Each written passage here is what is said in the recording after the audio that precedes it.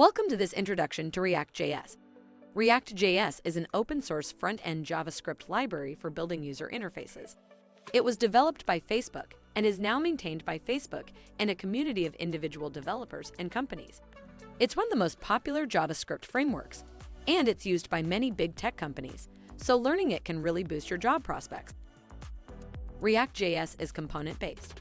This means that you build your application by combining different components, each responsible for rendering a small, reusable piece of HTML. This makes your code more modular, easier to understand, and easier to test. There are two types of components in ReactJs: class-based components and functional components. Functional components are simply JavaScript functions. We can create a functional component in React by writing a JavaScript function.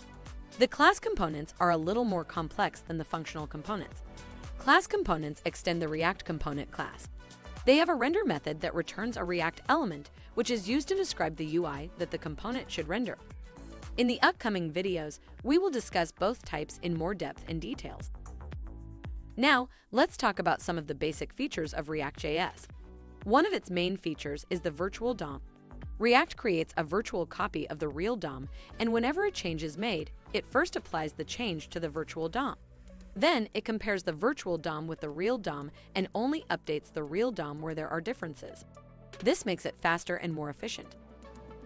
ReactJs also supports JSX, an XML-like syntax extension to JavaScript.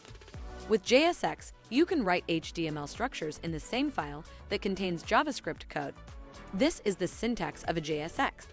This makes the code easier to understand and debug, as it's very similar to writing JavaScript. Another important feature of ReactJs is the one-way data flow.